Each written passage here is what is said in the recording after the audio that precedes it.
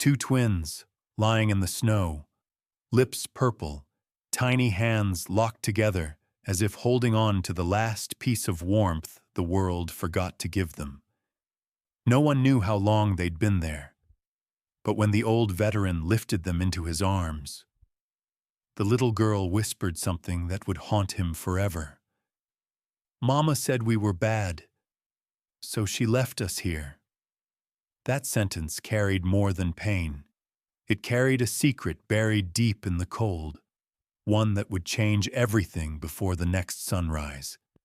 And if you stay for just one more minute, I'll tell you what really happened.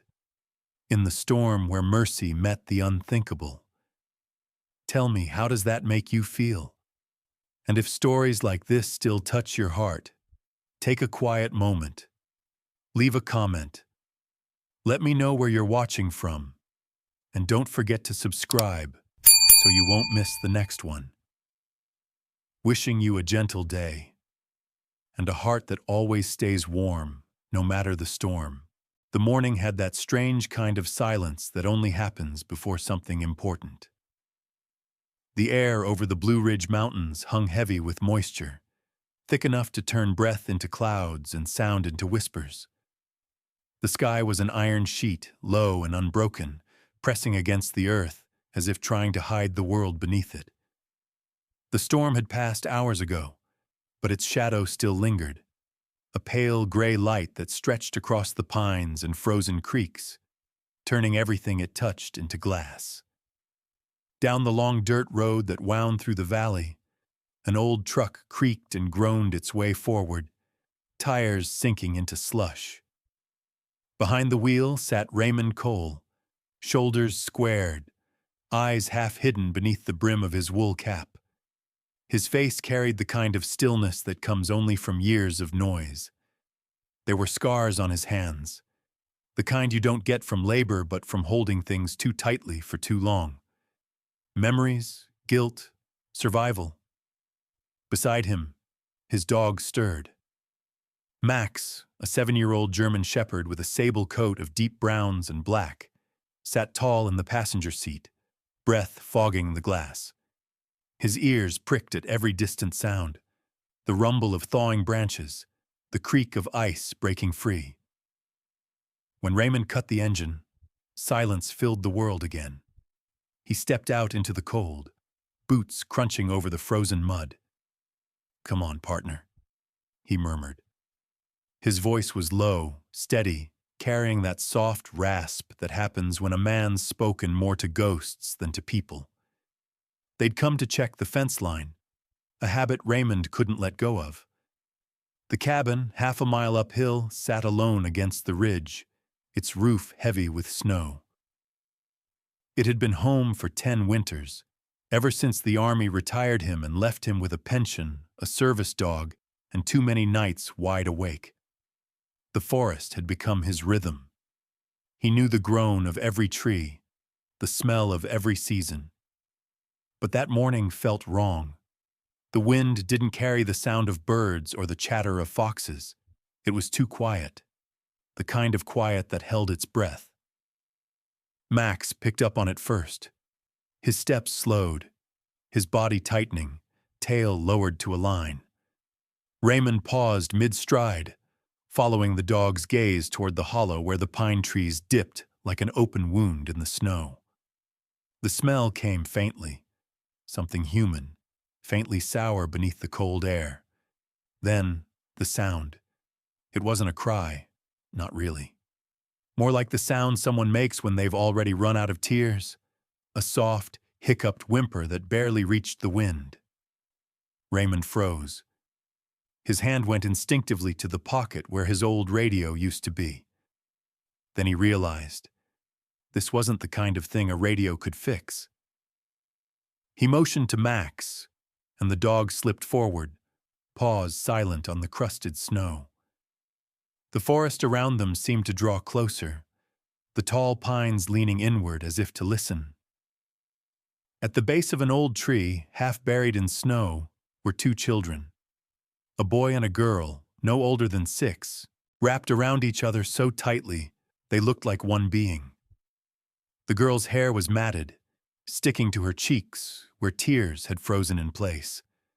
Her small lips were blue, her eyes glassy and distant. The boy pressed against her shoulder, shivering uncontrollably, trying to hide his bare hands inside his torn sleeves. Raymond's breath caught in his throat. For a second, he didn't move. The image was too sharp, too familiar, the look of someone who had seen something break inside them. He had seen it before, on the faces of young soldiers, those seconds before they stopped believing they would be rescued. Max stepped forward first. The dog lowered his head, sniffed, then sat quietly beside them, not barking, not growling, just waiting. The girl blinked, her eyes focusing slowly on the animal's face. Her lips moved, barely forming sound. Raymond knelt in the snow. The cold burned through his jeans and into his knees. He didn't reach for them immediately. Children, he knew, needed time to believe they were safe. He spoke instead, his voice rough but gentle. "Hey there," he said. "You two all right?" The girl's gaze shifted to him, wary but curious. Her brother didn't look up. The man's size, his weathered skin, the military jacket, all of it must have looked strange to them. Finally, the girl whispered, her words catching like ice. "Mama said we were bad." She swallowed hard, her voice almost invisible. "So she left us here." For a heartbeat, Raymond didn't breathe. The wind seemed to fall silent around them. He had heard that sentence before, not in the woods, but in the desert, when men cried out for mothers who weren't coming back. It wasn't the words themselves, but the way they broke in the middle, as if the speaker didn't believe anyone would care enough to answer. He glanced at the boy. The child's lashes were heavy with frost, his cheeks red raw. He couldn't have lasted much longer. "You're not bad," Raymond said quietly. His breath fogged in front of him. "You just got cold, that's all." Max inched closer, brushing his nose against the girl's hand. She flinched, then let her fingers tangle in his fur. The warmth made her gasp softly. The boy stirred, blinking through the blur. Raymond took off his gloves, his fingers shaking from both the cold and the weight of the moment. He slipped his coat from his shoulders and draped it over them. The fabric swallowed their tiny forms. He looked around. The snow held more than footprints. There were deeper impressions. Drag marks, a shoe scuff, the faint arc of a heel turned in panic. Whoever had brought them here hadn't simply walked away. They'd fled. Raymond's jaw tightened. "Come on, Max," he said, voice low. He gathered the children in his arms, their bodies light as breath, and started the long climb back toward the cabin. The sky pressed lower, heavy with unfallen snow. Halfway up the trail, Max stopped again. The dog's hackles lifted, his breath coming in short, visible bursts. He turned toward the tree line, ears twitching, body still. Raymond froze. The sound came faintly then. A crack, the soft shift of snow under a foot. He turned his head slowly, eyes narrowing toward the thick dark where the trees stood shoulder to shoulder. No movement, no figure, only the weight of something unseen. Max let out a single low growl that vibrated through the air like a warning bell.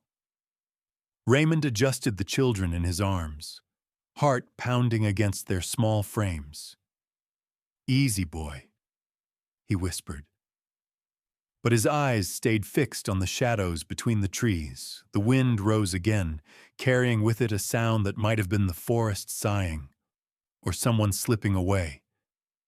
The snow began to fall harder, erasing the prints behind them before they'd even reached the top of the hill. And in that final moment, before the cabin came into view, Raymond knew one thing for certain. They weren't alone out there. Dusk crept over the ridge like smoke, turning the pines into dark silhouettes against the faint amber of a dying sky. By the time Raymond reached his cabin, the light had fallen away completely, leaving only the crunch of his boots and the soft whimper of the children in his arms. The cabin door groaned as he pushed it open. Inside, the air was thick with the smell of cedar and ashes, the faint hum of an old stove waiting to be woken.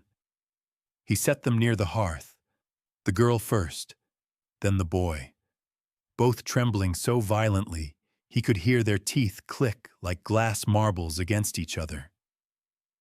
He worked in silence, feeding logs into the stove, striking the match with fingers that no longer felt steady. The flames leapt up, spilling gold over the room, over the faces of the two small strangers who didn't yet know if they could trust the warmth. The girl's hair was tangled, her cheeks raw from windburn, her tiny hands still clutching the hem of her brother's torn sleeve. He spoke in fragments, his voice dry as paper. "Ellie. I'm Ellie," she said, then looked at the boy as though reminding herself who they were supposed to be. The boy's lips parted. "Evan," he whispered, barely audible. Their last name came later, a stuttered syllable that caught on their tongues like something half-forgotten. Hale. Raymond nodded once, jotting the names down in the small notebook he kept by the fire. Max lay stretched out beside them, his big frame curled protectively near the children, eyes open, ears twitching at every sound outside. The dog's breath made small clouds in the cold room, his chest rising slow, deliberate, like a sentry who'd found a new purpose. Raymond poured water from the kettle and tore an old wool blanket in two, wrapping each half around them. Their skin was so cold, it frightened him. He tried to speak, to ask who they were, where they came from, but the words felt too sharp for the moment. Instead, he reached for the chipped mug on the stove, poured a little warm broth, and knelt down. "Slow," he said softly.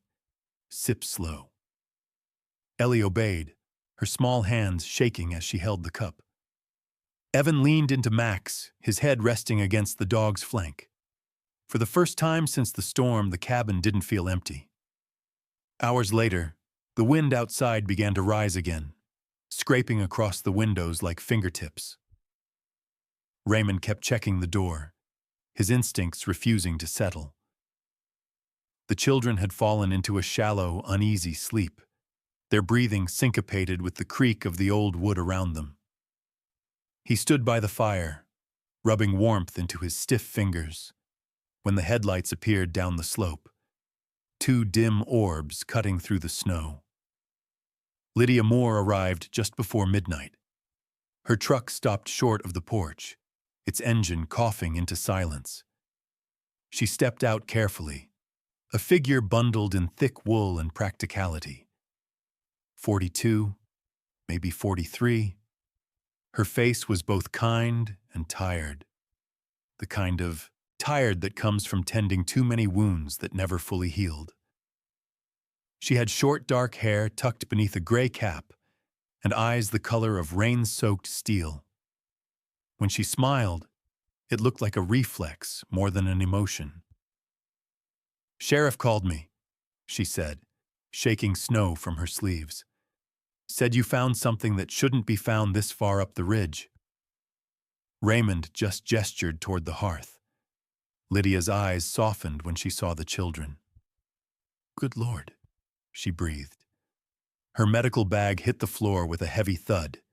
In one smooth motion, she knelt beside the boy, her hands moving with quiet certainty, checking pulse, touching their foreheads, examining frost-bitten toes.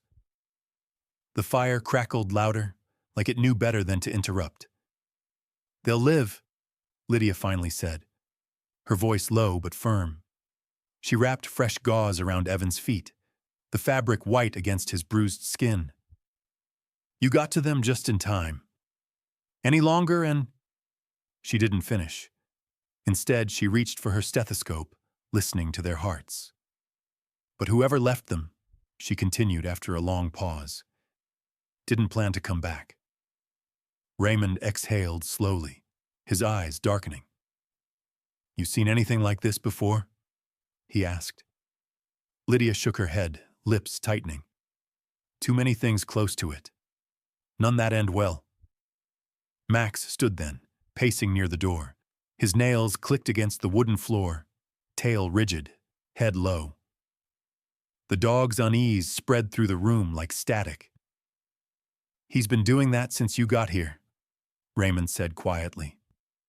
Lydia looked up, concerned. Animals know more than we do, Ray. Maybe he smells whoever did this. Raymond grabbed the flashlight from the wall. Stay with them, he murmured. He stepped outside, the cold slapping him in the face, sharp as broken glass. The snow had deepened, swallowing his footprints almost as soon as he made them. Max followed, silent but alert, his paws sinking deep into the powder. The moon was a faint blur behind clouds, its light stretched thin across the frozen ridge. Raymond swept the flashlight over the ground near the porch. Something caught the beam, a glint, small and deliberate, half buried near the fence post. He crouched and brushed aside the snow.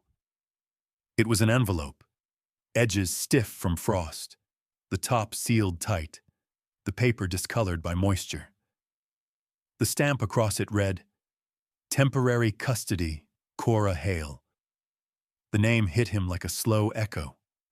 Hale, the same last name the children had whispered. His hand trembled slightly as he turned it over, tracing the faded ink of the county's seal. He stood, scanning the tree line again. The woods looked peaceful, but it was the kind of peace that made you feel watched. Behind him, Max let out a low rumble, head turning toward the southern slope. The flashlight beam followed. For a moment, nothing moved. Then, faint and far down the ridge, a pinprick of orange flared, the unmistakable glow of a lantern swaying in the wind. Raymond narrowed his eyes, stepping forward a few paces, snow creaking underfoot. The light flickered once, brightened, then vanished, swallowed by the dark. He stood there for a long while, the cold crawling up through his boots, the forest whispering secrets he couldn't yet understand. Inside, the children slept beside the fire, and Lydia watched from the window, her reflection half merged with the night outside. The world held its breath again, waiting for whatever truth was making its way up the mountain. The morning came without sunlight, just a gray blur where dawn should have been. Frost clung to the cabin windows in delicate white veins, and the sound of the stove's crackling wood was the only thing steady in a world that seemed unsure of what would come next. Raymond poured coffee into a tin mug, his hands steady but slow, his eyes fixed on the envelope lying on the table like a wound that hadn't stopped bleeding. Outside, Max paced the porch, nose lifted toward the woods, as if waiting for something he couldn't yet name. The rumble of an approaching truck broke the silence. Tires ground against the icy dirt road before coming to a stop beside the fence. A door slammed, followed by the crunch of heavy boots. When Raymond opened the door, the cold came in with Sheriff Walt Danner, a man built like a fence post, weathered and immovable. Walt carried a dented thermos under one arm, his badge dull against the wool of his coat, and that look on his face that said he'd already had enough of the day before it even began. His eyes found the envelope on the table almost immediately. "You gotta be kidding me," he muttered, setting down the thermos and pulling off his gloves. "Cora Hale."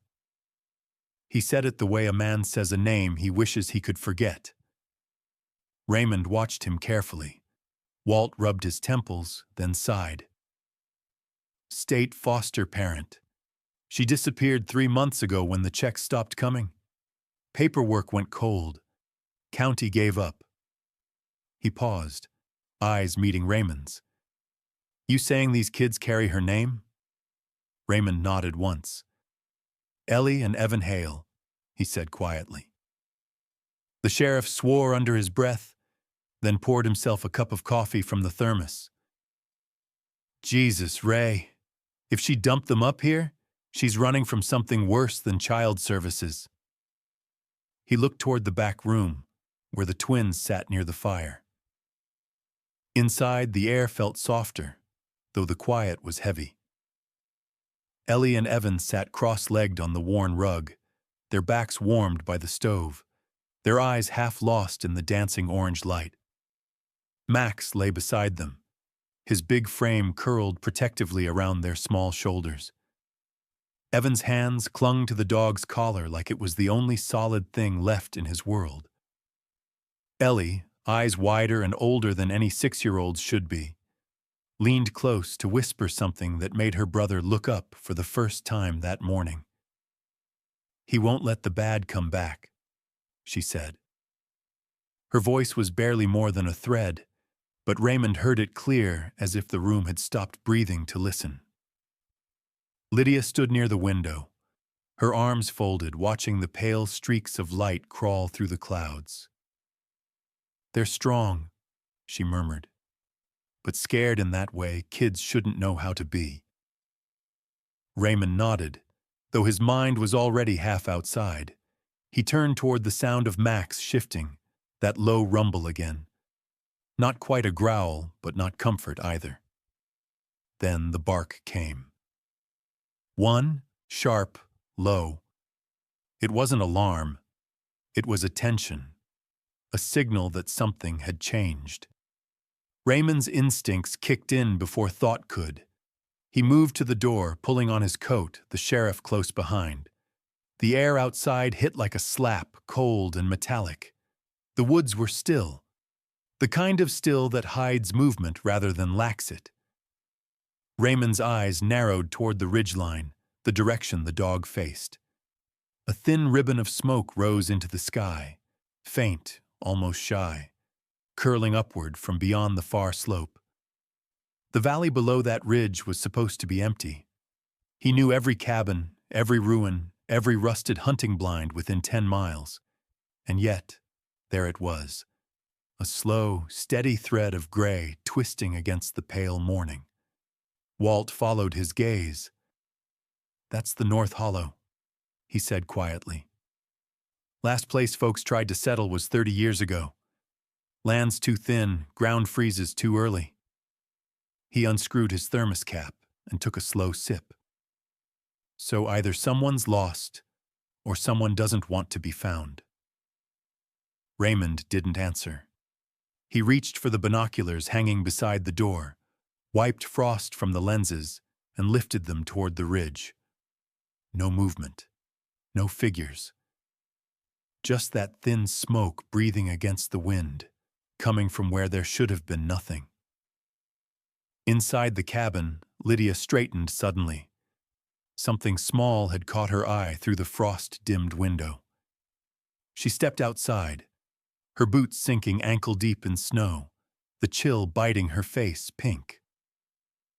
"Ray," she called softly. She crouched near the woodpile, brushing away a drift that had piled high overnight. Beneath it, half buried in the crusted ice, was a child's shoe, small, muddy, worn thin at the toe. Raymond walked over, slow but certain, as if afraid of what he already knew. The shoe's fabric was still damp, the laces stiff. He turned it in his hand, the size unmistakable. It belonged to one of the children, but both their feet were accounted for. Lydia looked toward the ridge where the smoke still climbed. "That way," she said quietly. Her breath fogged the air between them. The sheriff's voice came from behind, low and uneasy. "You think she's out there?" Raymond didn't look away from the horizon. I think whoever lit that fire, he said slowly, didn't want to freeze alone. For a long moment, none of them spoke. The snow fell lighter now, a quiet hush that felt like the world leaning in closer, waiting for someone to make the next move. Max sat at Raymond's feet, eyes locked on the distant line of trees. The dog's tail was still, his breathing steady. Every instinct in him pointed the same direction. Lydia held the shoe tighter, brushing a thumb over the torn edge as if it might still tell her something. "It's recent," she said softly. "No more than a day old." Raymond lifted his gaze once more to the smoke, now thinning against the pale sky. Somewhere beyond that ridge, someone was alive, or something was being burned that should have stayed hidden. The wind shifted then, bending the smoke eastward, carrying the faint smell of char and earth.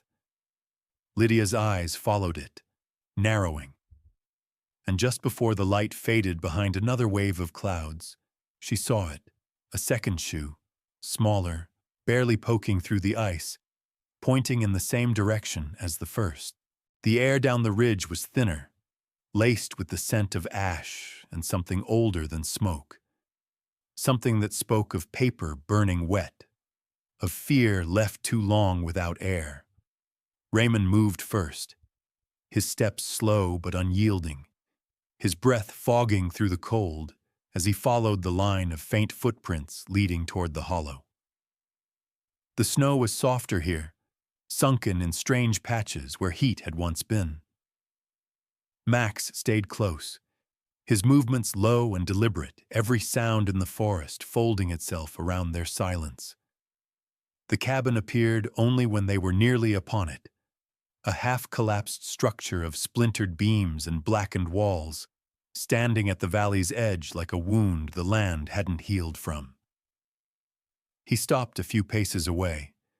The place smelled wrong, not the sweet, sharp tang of wood smoke, but the heavy staleness of paper turned to soot. The windows were broken, the curtains half melted into the glass, and from inside came the faintest crackle, the sound of fire clinging to its last breath. Raymond tightened his grip on the flashlight and pushed open the door. The hinges groaned like an old man's knees, and a gust of air escaped the cabin, hot and foul, carrying with it the smell of something desperate. Inside, the world dimmed to orange. The fire in the hearth was dying, its light flickering across the walls where children's drawings had been tacked and half-burned. Stick figures with crooked smiles, outlines of trees, and what looked like a house under a sun that had been colored in with violent red. In front of that dying glow, crouched by the hearth, was a woman. She was thin enough to seem breakable, her shoulders trembling under a threadbare coat, strands of unwashed hair hanging over her face. "Cora Hale," Raymond said softly. Her name sounded like an echo in a church that had long been empty. She looked up. Her eyes were rimmed red, not just from crying but from exhaustion, the kind that strips a person of edges until they look more shadow than human. Her lips moved without sound for a second, then finally found words. "I didn't mean to hurt them," she said. Her voice came brittle, almost a whisper, cracking under the weight of each syllable. "The state stopped paying. Their real mother didn't want them. I just needed quiet." The room held its breath. Raymond didn't move. He could feel the tremor of rage and pity fighting in his chest, neither winning. Behind him, Max shifted, one paw sliding forward, body tense but waiting for command. Cora's gaze flickered from Raymond to the dog and back again. "You think you're saving them," she murmured, her words shaking but clear. "But you don't know what saving costs." Her eyes darted toward the door. Raymond saw it before she moved, the faint twitch in her shoulders, the tightening of her hand around the log beside her. He spoke, low and firm. Don't. But desperation moves faster than reason. She lunged, not to attack, but to flee, to reach the light beyond the doorway. It happened in less than a heartbeat. Max surged forward, his motion a single, silent arc of muscle and instinct. The dog hit her mid-step, pinning her to the floor with just enough force to stop her breath, but not her life. Cora gasped. The air knocked from her lungs. Her hands went slack, and she didn't struggle again. Max stayed where he was, one paw pressed against her arm, his head lowered, eyes alert but calm. A soldier waiting for orders that wouldn't come. Raymond knelt down beside her. She stared up at him, her face streaked with soot, her pupils wide like a frightened animal's. "You think you're saving them," she whispered again, though now her voice was thinner, drained of defiance. "But you'll see. Some things can't be saved." The words lingered between them like smoke, curling into the rafters. Raymond didn't answer. There was nothing to say that wouldn't sound like mercy, and mercy, he thought, was a language too fragile for this place. He reached for her wrist. Her pulse still there, fast but erratic. Her hands were cracked, nails broken, the skin along her fingers stained with ink and ash. She'd written something. There were scraps of paper scattered near the hearth, half-burned lists and phrases. School, milk, don't tell them. He saw a corner of a government letter melted into the floorboards. The words, Department of Social Services, still visible in the charred edge. Lydia and Sheriff Walt entered moments later, their boots crunching over glass and cinders. The sheriff took one look at the scene and exhaled through his nose, shaking his head. "Lord have mercy," he muttered. Lydia crouched near Cora, her tone soft but unflinching. "You could have gone to town," she said. "You could have asked for help." Cora laughed then, a dry, shuddering sound. "Help?" she echoed. "They help paperwork. They don't help people." Her eyes drifted toward the dying fire. "You don't know what it's like to hear children cry when you can't give them warmth. To wake up and realize you're the storm, not the shelter." No one answered. Outside, the wind moved through the trees with a sound like a sigh, too deep to belong to nature. The sheriff pulled out his radio, speaking low, calling for backup, for transport, for whatever came after moments like this. Raymond stood, brushing ash from his knees, his mind replaying her words until they no longer sounded like excuses, but confessions carved from something raw. Max released his hold and stepped back, his tail lowering. Cora didn't move. She looked up at Raymond one last time, her lips trembling as if wanting to add something, but all that came out was a whisper, fragile and certain. "You think you're saving them, but maybe they were never lost." As she shifted, something slipped from her torn coat pocket and fell to the floor between them. A small photograph, edges curled, corners browned by heat. It landed face up in the dust. Raymond bent down and picked it up. The image was simple, a woman with warm eyes, hair tied back, smiling as she held two children close. A little girl and a boy, their faces clean and alive, the world behind them sunlit and safe. On the back, written in fading blue ink, were the words, "Evelyn Hart, Sister." He stood there for a long time, staring at the name, feeling the world tilt quietly beneath it. The first truth rising out of the ashes. Snow fell again by the time they made it back to the cabin. The trail behind them had already begun to disappear, buried under another quiet storm. Raymond led the way, his coat streaked with soot from the burned shack, while Sheriff Walt trudged close behind, radio pressed to his shoulder. The only light came from the cabin windows, glowing faintly through the white curtain of dusk. Inside, the twins were asleep by the stove, small shapes wrapped in wool and the kind of exhaustion only children could survive. Lydia sat nearby, her eyes tracing their slow, steady breathing as if to make sure the rhythm wouldn't stop. Walt's voice came low over the static as he radioed the station. "This is Danner, up on Ridge 14. We've got Hale in custody, alive. Possible neglect and fraud, maybe worse. Need social services on standby." The reply came fractured through interference, words scattered like leaves on wind, but enough to confirm they were heard. Raymond stood by the door, snow melting off his boots, the photograph of Evelyn Hart still in his pocket. He hadn't looked at it again since he found it, but he could feel its edges pressing against his chest, as if asking to be remembered. When Walt ended the call, the air settled. Only the popping of the fire filled the room. Lydia poured coffee into tin cups, handing one to the sheriff and another to Raymond. Her face was pale, shadows deep under her eyes, yet her hands were steady. "They said the mother's alive," Walt muttered, rubbing his temple. "Name's Evelyn Hart, nurse from downstate.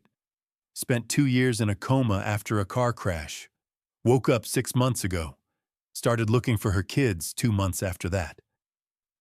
Raymond turned slightly. The words came slow, each one finding its place. "And Cora?" Walt hesitated. "Took custody right after the accident. Kept collecting the payments. When the state caught on, she disappeared. When Evelyn woke, Cora told her the twins had died.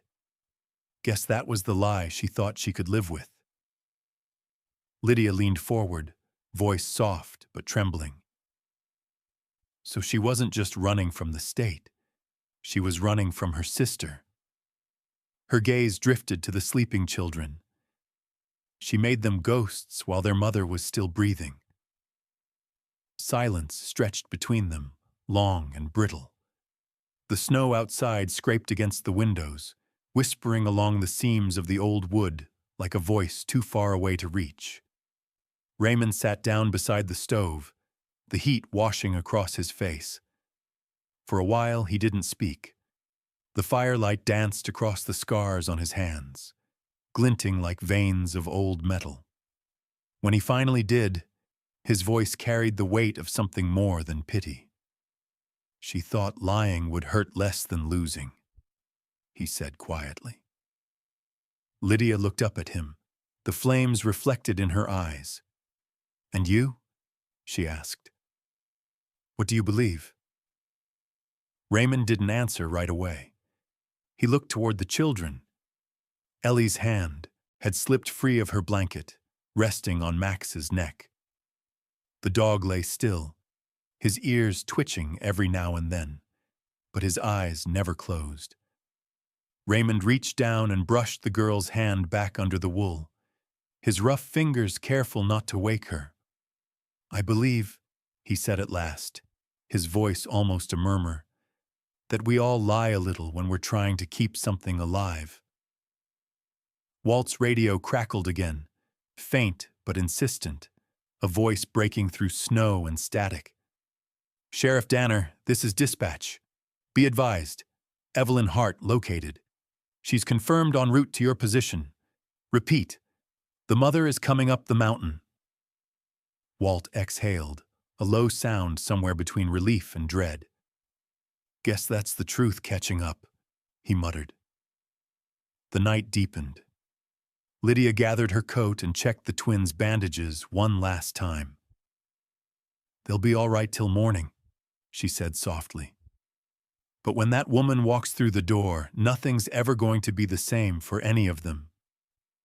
Raymond nodded, eyes on the window where the snow fell slower now, softer, like the storm had grown tired of itself. He thought about the woman in the photograph. Evelyn's smile, the way she held her children like the world couldn't touch them. He wondered what kind of strength it took to wake from 2 years of darkness and start looking again. Max lifted his head suddenly, ears pricked. His body stiffened, tail unmoving.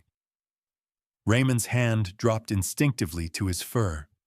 The dog wasn't growling, not yet, but his focus was absolute. He was listening to something only he could hear. The fire popped, a coal falling to the stone base with a hiss. Raymond looked at Walt. "You think she'll make it tonight?" Walt adjusted the volume on his radio, static hissing louder before fading into a voice almost lost in wind. "Ray," came the faint transmission. "She's on her way. Evelyn's coming up the mountain." The room went still again, as if even the snow outside was holding its breath for what came next. The storm had passed 2 days ago, but the mountain still wore its silence like a wound that refused to close. The road to Raymond's cabin wound up through walls of snow, slick with melt and shadow, the kind of road that tested a person's faith more than their tires. A black SUV crawled along its frozen spine, engine humming low against the hush of the pines. When it stopped at the edge of the clearing, the sound seemed to echo too loud in a world that had grown used to whispers. Evelyn Hart stepped out slowly, one gloved hand gripping the door as if unsure the ground beneath her would hold. She was in her early 40s, thin in the way people get when grief becomes a diet, her face pale and drawn tight against the wind. Her hair, once chestnut, had silver threads woven through it, and her eyes, gray-green like thawing ice, looked both searching and afraid of what they might find. She stood still for a long moment, her breath visible in the cold, her gaze fixed on the small wooden cabin at the top of the rise. The door opened. 2 small figures stood in the frame, silhouettes against the warm light within. Ellie clutched the doorpost, her golden hair tangled, while Evan stepped just beyond her shoulder, eyes wide, uncertain. Evelyn's body swayed as if the sight itself had weight. "Evan," she whispered. "Ellie." The words broke mid-air, fragile as glass. For a heartbeat, no one moved. Then Evan took a step forward. His lips trembled, his breath caught. And suddenly he was running, his boots kicking up soft sprays of snow. The sound of his footsteps cracked the stillness. Ellie hesitated just long enough to see her brother fall into their mother's arms. Then she ran too. Her small cry carried by the wind like a hymn too old to remember all the words. When Evelyn dropped to her knees in the snow, her arms wrapped around both of them, the world seemed to exhale. The snow crunched beneath their weight, melted under her tears. She kissed their hair, their faces, their fingers, whispering apologies between sobs that no one could quite understand. But she didn't need words. Her trembling hands spoke the language of a heart relearning how to hold. From the porch, Raymond watched with that quiet solemnity of a man who'd seen too much loss to intrude on its undoing. Beside him, Lydia stood with her hands tucked into her coat, her breath fogging against the glass of her thermos. "You think she can forgive her sister?" she asked softly, not looking at him. Raymond's eyes stayed on the scene below. "Maybe forgiveness isn't something you give," he said after a long silence. "Maybe it's something you find when you hold on long enough." Max sat between them, tail thumping once against the porch plank. The old dog barked once, low, steady, the kind of sound that carried both warning and relief. Then he lay back down, head resting on his paws, eyes following the family below as if counting them, confirming they were whole again. The sheriff's truck arrived later, tires crunching over the packed road. Walt stepped out, wiping the fog from his glasses. He didn't speak, just gave a small nod toward Raymond, who answered with one of his own. Words weren't needed. The mountain understood things like this better in silence. Inside the cabin, the stove burned steady, spreading that familiar orange light through the room. Evelyn sat at the table now, her coat draped over a chair, her hands wrapped around a mug of coffee. Her eyes wandered, touching the small details that made the space human again. The children's drawings on the wall, Lydia's medical bag by the hearth, the sound of the twins laughing as they fed kindling into the stove. Raymond sat across from her, his posture straight but unguarded. "They told me she's alive," Evelyn said quietly, her voice steady but frayed at the edges. "Cora." Raymond nodded. "She's in custody down in the valley. They'll take her to the county hospital first." Evelyn's eyes lowered to her hands. She was always fragile. When the accident happened, she didn't want to be alone. Her words broke apart, falling into a hush that filled the cabin. "I wish she'd asked for help." Lydia, folding a blanket nearby, paused. "Some people don't know how," she said softly. "They think silence is safer than asking." Evelyn looked at her, then at Raymond, then out the window, where the snow had begun to thin, leaving streaks of brown earth showing through like veins under pale skin. "Maybe," she whispered. Maybe she thought she was protecting them from something. Maybe she thought she was protecting herself. No one answered. The fire popped softly, and the twins' laughter spilled over it like sunlight breaking through clouds. Max shifted his weight, lifting his head as Ellie tried to drape a small scarf around his neck, the ends barely reaching his shoulders. He endured it with patience, his amber eyes half-lidded in contentment. Spring came slow that year. The snow melted in uneven patches, the mountain turning from white to green like a bruise healing from the edges inward. Evelyn stayed in the valley for a time, then found work at the small clinic near the base road, tending to the people who still believed in mending what was broken. She came up the mountain often, sometimes with food, sometimes just with silence, and each time, Raymond had the stove burning before she arrived. The twins spent their afternoons in the field behind the cabin, where grass finally dared to grow again. They built forts from fallen branches and chased Max through puddles that glimmered like mirrors. The dog was slower now, his muzzle touched with gray, but he watched them with the same unwavering attention, as though guarding not their bodies, but the peace they'd found. One evening, as the sun slipped low behind the ridge, Raymond sat on the porch, his coffee cooling in his hands. The air smelled of thawing pine and new earth. Lydia joined him, her boots muddy from the walk back from town. She didn't say anything at first, just leaned against the post, watching the twins roll down the hill, laughing, the sound bright against the hush of the forest. "They'll remember this," she said quietly. "Not the cold, not the fear, just this." Raymond nodded. His eyes drifted toward the horizon, where the last light lingered like a promise. "That's all any of us ever really get," he said. "A few warm days to make up for the storms." The wind came down from the ridge then, gentle this time, brushing through the pines with a low hum. It no longer howled. It no longer mourned.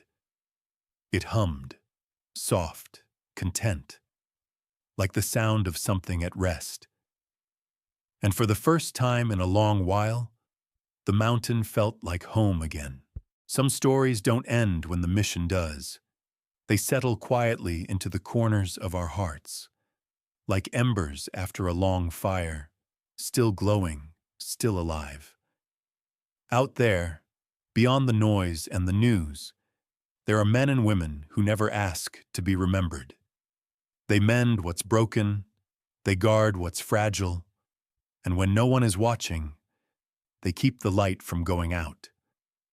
Loyalty isn't always loud. Sometimes it's a hand that doesn't let go, a dog waiting by the porch, or the courage to face one more storm, just so someone else doesn't have to. And kindness, the kind that endures, doesn't announce itself. It breathes in the small acts, in the patience to listen, in the quiet belief that mercy still matters. If you ever find yourself standing in the cold of your own making, think of them, the silent hearts, the steadfast souls, the ones who stayed when it was easier to leave. Because sometimes, the quietest hearts carry the loudest courage. And if you listen closely enough, you might still hear it, humming softly through the wind, reminding us that peace, once found, is meant to be kept.